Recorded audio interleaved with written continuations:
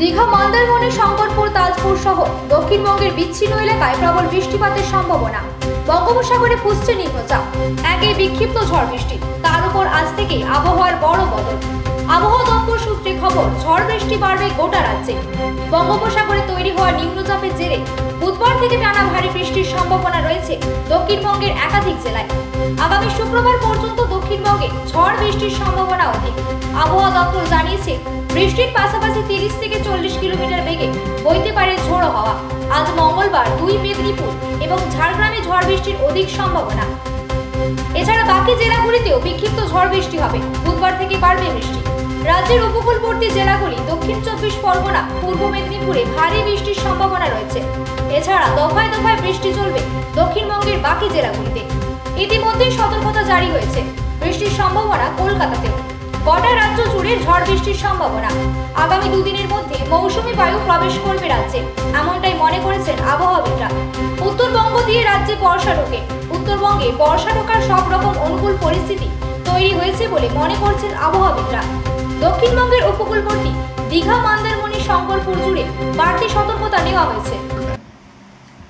আমরা রামনগর এক পঞ্চায়েত সমিতির ব্লক প্রশাসন এবং সমস্ত line department, disaster management, police প্রশাসন, এডুকেশন ডিপার্টমেন্ট, পিডব্লিউডি রোড এবং আমাদের ইলেকট্রিসিটি ডিপার্টমেন্ট সবাইকে নিয়ে আমরা বৈঠক করে নিয়েছি। বৈঠক করে আমরা প্রতিটি রেস্কিউ সেন্টারকে আমরা সমস্ত পরিষ্কার পরিচ্ছন্ন লাইটের ব্যবস্থা, জলের ব্যবস্থা সমস্ত করা আছে। আমাদের যারা আপদ মিত্র আছে এবং যারা সিভিল ভলান্টিয়ার আছে এবং আমাদের ডিজাস্টার ম্যানেজমেন্টের যা স্টাফ রয়েছে প্রত্যেকে এবং গ্রাম পঞ্চায়েত স্টাফ, ব্লকের স্টাফ সবাইকে একটা করে টিম প্রতিটা অঞ্চলে আমরা করে দিয়েছি।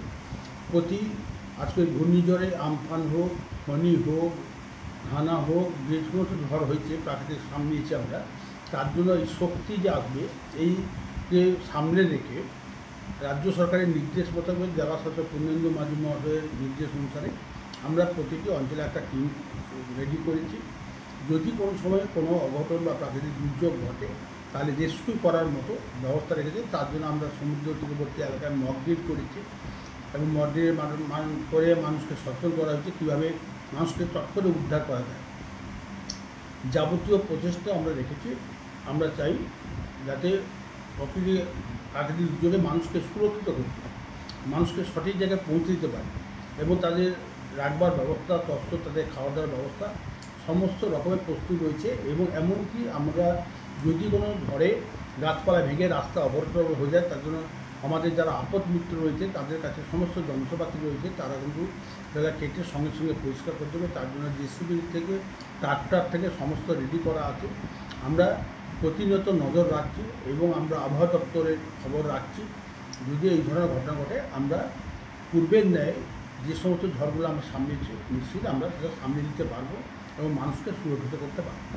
সমুদ্রগুলিত এলাকায় কিন্তু মাইকিংয়ের সম্ভাবনা। আমরা প্রতিমা 1, প্রতিমা 2 তাদের 2 নম্বর অঞ্চল, মেরিন ড্রাইভ সংলগ্ন সমুদ্র উপবর্তী এলাকায় যে সমস্ত অঞ্চলগুলি আছে তাদের প্রতিনিয়ত আমরা প্রস্তুত থাকতে বলেছি এবং তাদের আমরা সচেতন করতে, মানুষকে সচেতন করতে বলেছি। আমাদের সেই বার্তা আসার সঙ্গে সঙ্গে আমরা এখনও মাইকে সচেতন করছি বিভিন্নভাবে, যে আমরা বিভিন্নভাবে নোংরা হচ্ছে, পর্যটকরা হাঁটতে অসুবিধা যাচ্ছে, গাড়িগুলো বাধা সৃষ্টি হচ্ছে, বিভিন্ন প্রাণীকে ছেড়ে দেওয়া হচ্ছে রাস্তাঘাটে, তার জন্য আমরা মাইকে প্রচার করছি। সমুদ্রের জলে আমরা কোমরের জলে বেশি নামতে না বলছি, মধ্য অবস্থায় নামতে না বলছি। আমাদের নুলিয়া আছে, সিভিল ভলান্টিয়ার আছে, পুলিশ আছে, কোস্টাল থানা পুলিশরা রয়েছে। সর্বদা আমরা চেষ্টা করছি মানুষকে সচেতন করার জন্য এবং আগামী প্রাকৃতিক দুর্যোগ যদি আবহাওয়া আমাদের কাছে খবর আছে তাহলে লঞ্চ ট্রলার যেগুলো সমুদ্রে পাড়ি দেয় তাদেরও আমরা বন্ধ করতে বলবো, যাতে কোনো প্রকার মানুষ বিপদের সম্মুখীন হয় সেদিকে আমাদের আপ্রাণ আমরা চেষ্টা করব। আপনার নাম? আমার নাম নিতাই চরণ স্যার।